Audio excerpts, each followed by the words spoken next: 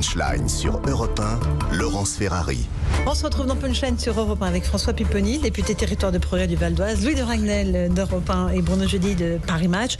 Fin d'air de Jean Castex. Bruno Jeudi ce soir, c'est le pot de départ à Matignon et toujours l'incertitude sur qui va le remplacer. Alors lui, il n'y a pas d'incertitude. Non. Jean Castex vous explique assez simplement. D'abord, il n'est pas du tout fatigué, il est exténué comme il dit, il part à regret.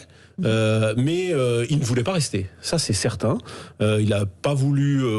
Il a été sondé pour être ministre, il ne veut pas. On lui a proposé aussi. Il veut pas siéger au Parlement.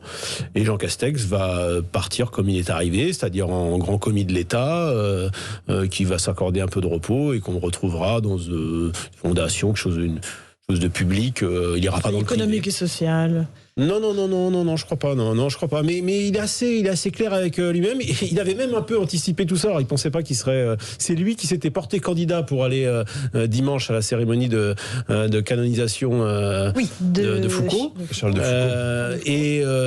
Foucault, se disant que le nouveau Premier ministre avait sans doute d'autres choses à faire. Et ce qu'il savait pas, c'est qu'en se portant candidat, il va prolonger son bail de peut-être 1 ou 2 jours, puisque à mon avis, le nouveau Premier ministre sera connu après sa démission probablement lundi. Donc, du coup, lundi, voilà. Du coup, ça s'organise plutôt pour lundi. Une prolongation amusante parce qu'officiellement, le quinquennat se termine demain soir. Oui. Et donc, en fait, le gouvernement va rester pour ce qu'on appelle exécuter les... Expédier.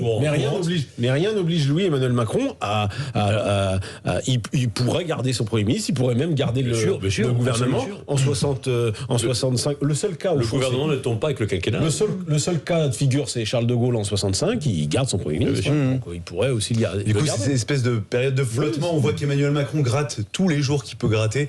Mais ce qui c'est un peu ridicule. Semble un peu évident maintenant, c'est que ça peut pas durer non plus trop longtemps. Et donc lundi, manifestement, on y verra plus clair. En tout cas, on connaîtra le nom de la successeur, sans doute, de Jean Castex. Mais depuis qu'il nous a dit qu'il avait le nom de son Premier ministre, on se demande pourquoi il organise pas ça. Enfin, c'est un peu peut-être pas. C'est un peu long.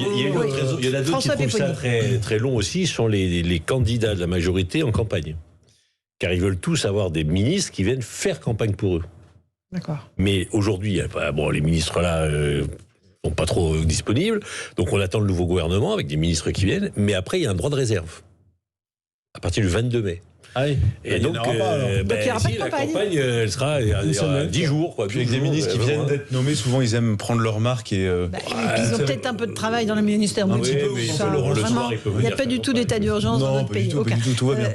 Quand même un tout petit mot de le casting. Allez, faites-nous la liste des derniers en vue pour ce poste de Matignon. Si je vous fais une toute petite révélation, c'est que Jean Castex le sait. Wow. C'est qu'il va être le Premier ministre, mais c'est quand même important. Et en gros, il décrit plutôt une femme, sans nous dire le nom. Mais après, le casting, les noms qui circulent, d'Elisabeth Borne, qui semble toujours là un peu en pole position. Enfin, c'est pas forcément un avantage dans ce moment un peu fictif. Après, il y a d'autres noms qui circulent. Quand même, ça penche quand même plutôt à gauche les noms qui circulent, parce qu'Elisabeth Borne, elle vient quand même un peu de la gauche, même si elle a fait des réformes de droite. Marisol Touraine a été ministre de François Hollande. Audrey Azoulay, elle a été ministre de François Hollande.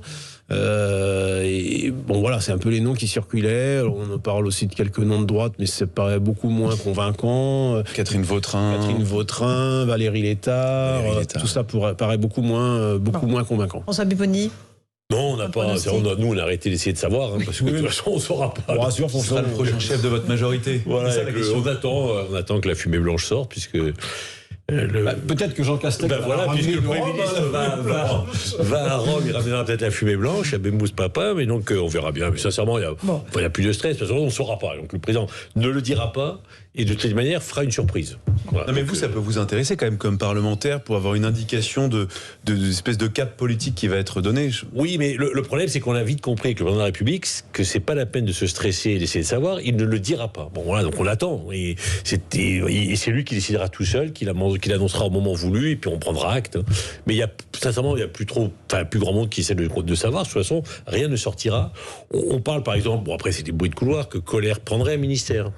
Bercy, ouais. Donc quitterait l'Élysée. Mais Colère ne veut pas. Moi, j'y crois pas trop à ça. Moi non Alexis plus, mais Colère voilà, n'a pas envie de ça, mais il y a pas Secrétaire général de mal de l'Élysée. gens qui poussent Emmanuel Macron à le faire et à mettre, c'est un peu de la tambouille je pense pour nos auditeurs, mais à mettre Julien Normandie, l'actuel ministre de l'Agriculture, comme secrétaire général de l'Élysée pour essayer d'apporter un peu de sang neuf. Ça ne veut pas dire que Alexis Colère n'a pas il a été assez méritant. Mais voilà, oui. Après, voilà, mais tout le monde a scruté les investitures de la majorité pour voir qui y allait, qui n'y allait pas, ceux qui devaient y aller, qui n'y étaient pas, et pourquoi. Et voilà, donc, mais sincèrement, moi, ça. Il y a une ancienne ministre qui n'a pas été investie, vous avez vu ? Nathalie Elimas. Alors, je pense que les Français ne la connaissent pas très bien. Elle n'a pas laissé. La 6e circonscription du Val d'Oise. Exactement. François Pupponi connaît.